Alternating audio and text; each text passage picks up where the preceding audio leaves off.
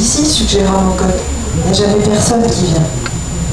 En effet, depuis la construction de l'immeuble, aucun locataire cycliste n'avait eu l'idée saugrenue de déposer son vélo dans le petit local astucieusement prévu à cet effet par les architectes, à moins de vouloir s'en débarrasser définitivement, bien entendu.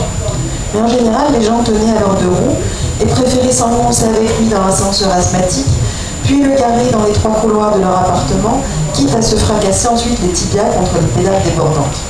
Donc, pas de vélo dans le garage à vélo. Pas de poubelle non plus. Elles avaient leur propre réduit situé au débouché de la colonne vide d'ordures qui traversait l'immeuble de la première à la dernière cuisine. En revanche, comme les caves chez les guerriers, c'est l'immeuble d'à côté, le local à vélo avait tendance à se remplir de tout un bric-à-brac devenu indésirable dans les étages. Discrètement, les locataires se délestaient là de leurs étendoirs à linge démantibulés, de leur télévision implosée, de leurs sommiers crevés et autres vieux bidules encombrants. On pourrait peut-être récupérer des trucs à droite à gauche, ajouta Prosper. Yacine reprit le contrôle de la situation. Ok, on a 1 heure avant le dîner. Mocotte et moi, on va débarrasser un coin dans ce bazar. Prosper et César, voyez ce que vous pouvez trouver d'utile. Mais seulement des trucs qui ne servent pas déjà à quelqu'un. J'ai eu ma dose d'émotions fortes aujourd'hui. T'inquiète, il n'y aura pas d'embrouille dans sa Prosper en détalant. Pas de lézard, promis, cria César sur ses talons. Il y a des lézards ici, dans la Chloé.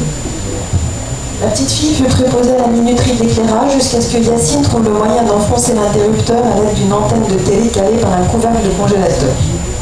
Le corps massif du même appareil, découvert un peu plus loin, fut traîné dos à la porte, puis couché sur le côté, sa cavité tournée vers le centre de la pièce. Chloé s'aperçut alors qu'elle tenait tout juste en longueur dans le compartiment intérieur, une fois ôtées des étagères métalliques qui supportaient jadis boîtes d'esquimaux, pizzas surgelées et sacs de haricots verts congelés.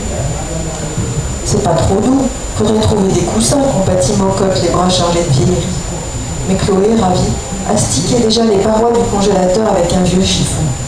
Oh, moi j'adore, ça fait une couchette comme dans les bateaux. Tiens, une ravissante table de nuit, fit Yacine en extrayant du bazar une caisse en bois blanc. Chloé se récria d'admiration et entreprit de dépouiller son nouveau meuble des lambeaux d'étiquettes orange d'Espagne qui en pendouillaient.